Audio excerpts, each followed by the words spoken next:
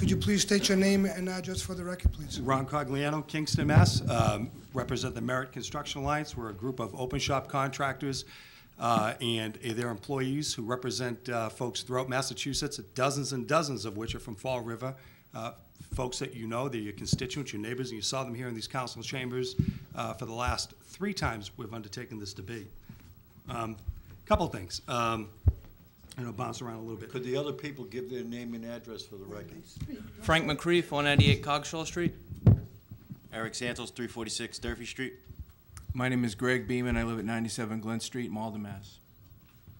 Thank you.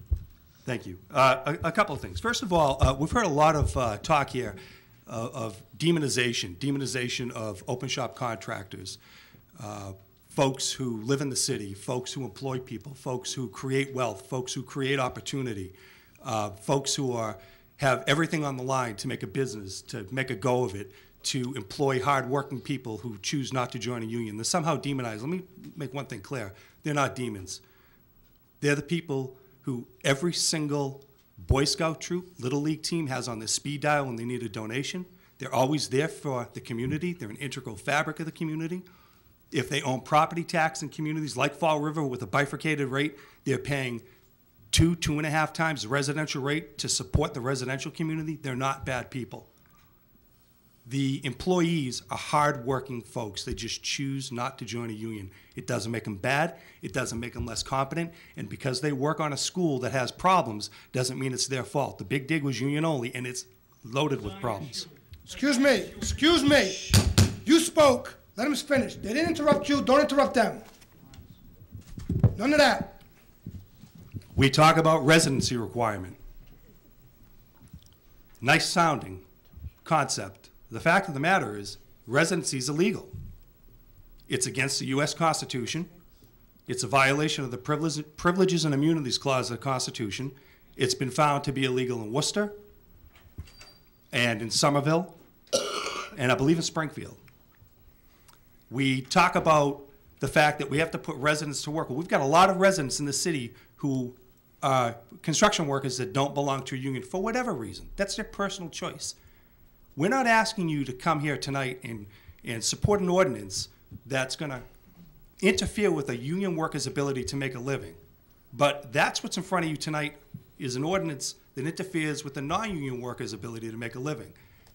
And another thing, we heard a lot of talk, and we continue to hear a lot of talk about schools being built and only 10% of the folks are from Fall River and 25% of the folks are from this community, that community. This is a Commonwealth. We have revenue sharing, much like the NFL.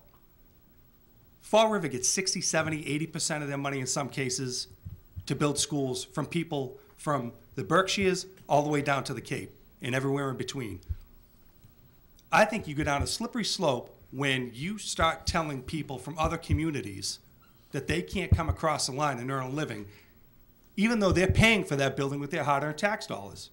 And it's a double hit on them. It's doubly insulting because they choose not to join a union that they can't work. There have been 3 parties in this issue. There's been the unions, the council, and the mayor. The mayor has said he's for it before he's against it, before he's for it again, and his absence is conspicuously noticeable. This council has said on 3 occasions that there was a mistake made. It's time to repeal the ordinance, get all the parties that have a stake in the game together to put something together that makes sense. There are councilors in this room who last week said the intent wasn't to hurt anyone. Well, it was an unintended consequence, but you're hurting people. You're hurting people who can't work because of the ordinance. And by the way, the other issue with regard to apprentices that got brought up and was articulated very well by a couple of folks on the union side, the one thing they neglected to mention is the Massachusetts Division of Apprenticeship Training, the legal overseer of apprentices, has a document that says 25% of the unions don't meet Fall River's current requirements. We've heard that it's not going to cost extra money. Well, I've heard differently. I've heard the city currently is on the hook from anywhere to $30,000 to $100,000. Close your eyes and take a pick, and the number's going up. 25% of the unions don't meet Fall River's current requirements. We've heard that it's not going to cost extra money. Well, I've heard the city currently is on the hook from anywhere to $30,000 to $100,000. Close your eyes and take a pick, and the number's going up. And I guarantee you, even though we're not members of the association that's suing the city,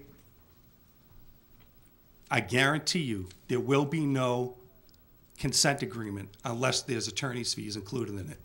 They've spent a lot of money defending the U.S. Constitution, and they're going to want their money back. The city of Worcester has an REO. There are 351 municipalities in Massachusetts. 17 have an REO. If it was so great, everyone would have one. The city of Worcester has one. The Worcester Regional Research Bureau did an independent study last year, 2 years ago, and they studied projects undertaken in Worcester and in surrounding communities. All of them happened within 5 months. On 5 projects, Worcester had between 1 and 2 bidders. On a project in Paxton without an REO, 14 bidders. Westminster, 8 bidders. Sutton, 8 bidders. Fitchburg, 13 bidders. Clinton, 10 bidders. The budget overruns in Worcester: 140,000, 31,000, 447,000, 202,000, 135,000. The budgets and the bids for the other communities: 28% under budget, 30% under budget, 3% under budget, 27% under budget, 9% under budget. You talk to each one of these communities and I'll tell you the same thing. Very happy with our projects. State's Attorney General has the hammer to enforce prevailing wage.